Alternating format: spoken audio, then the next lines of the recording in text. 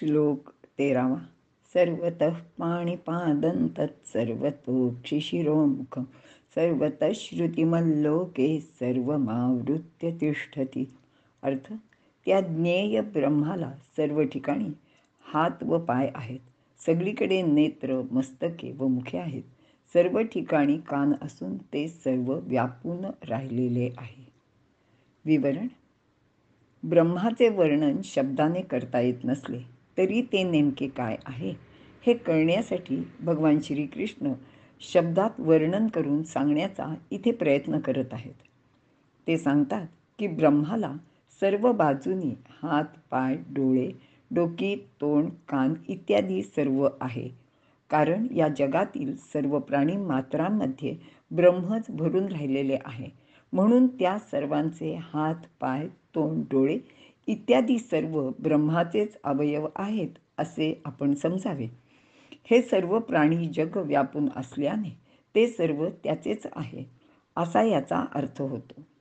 तसेच या सर्व प्राणीमात्रांच्या क्रिया या त्याच्याच क्रिया आहेत. त्या क्रिया हेच त्याचे हात आहेत. ते सर्वत्र आधीच पोहोचलेले आहेत. म्हणूनच सर्वत्र त्याचेच पाय आहेत.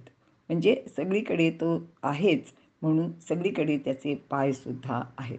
ज्याप्रमाणे सूर्याला अंग व डोळे वेगळेपणाने नसतात, त्याचप्रमाणे त्याचे डोळे सर्वत्र आहेत.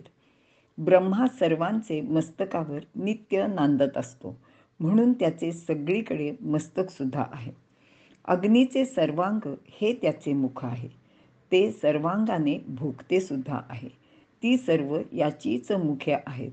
आणि म्हणूनच आपण जेव्हा आपल्याला भगवंताला काही द्यायचं असेल, अर्पण करायचं असेल, तर ते आपण अग्नीमध्ये समर्पण करतो आणि आपण असं समजतो की हे अग्नीला अर्पण केलं म्हणजे ते भगवंताला पोहोचलं. अशा रीतीने ही सर्व याचीच मुखे आहेत. आकाशाचा गुण शब्द आहे. ते सर्वव्यापी आहे, म्हणून त्याला सर्वत्र कानसुद्धा आहेत. अर्थातच हे वर्णन ब्रह्माची व्याप्ती दाखवण्यासाठी केलेले आहे, नाही तर प्रत्यक्षात ते निर्गुण निराकारच आहे. मात्र ते स्वतः निर्गुण निराकार आणि इंद्रियरहित असले तरी सर्व इंद्रियांची ज्ञानग्रहण क्षमता त्यात आहे. आपण वरचं सर्व वर्णन ऐकून लक्षात आलं असेल की अशाच प्रकारचं विश्वरूप भगवंतांनी अर्जुनाला दाखवलं होतं आणि त्याचं वर्णन आपण 11व्या अध्यायात यापूर्वी पाहिलेलं आहे. ब्रह्माचे असे वर्णन करण्याचे एक कारण असे आहे की आपण स्वतःला यामध्ये समाविष्ट आहोतच असे समजायला पाहिजे.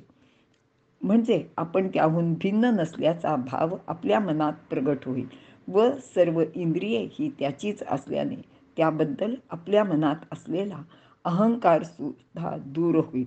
म्हणजे जेव्हा आपल्याला असं वाटतं की मी माझ्या हाताने हे केलं, माझं हे कर्तृत्व आहे, तर तसं न वाटता हे सगळं भगवंताचेच हात किंवा भगवंताच्याच सर्व अवयवांकडून हे जे आपलं कर्तृत्व आहे ते सातत्याने प्रगट होत असतं.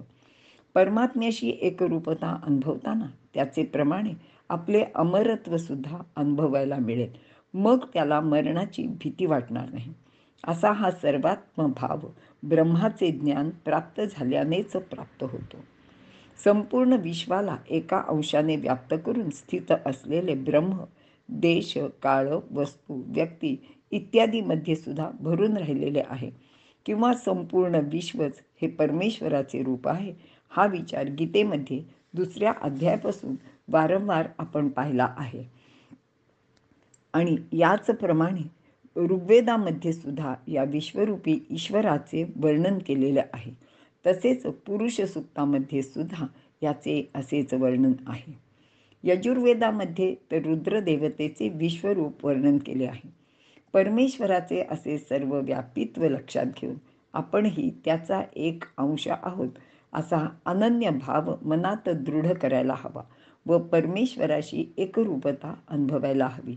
आणि या ज्ञानाने प्राप्त होणारी ही अवस्था प्रत्येकाला अनुभवता येऊ शकते. हीच मानवी मनाची इथे कर्तव्यता सुद्धा आहे असे भगवान इथे अर्जुनाला सांगत आहेत. इथे आपण थांबूया.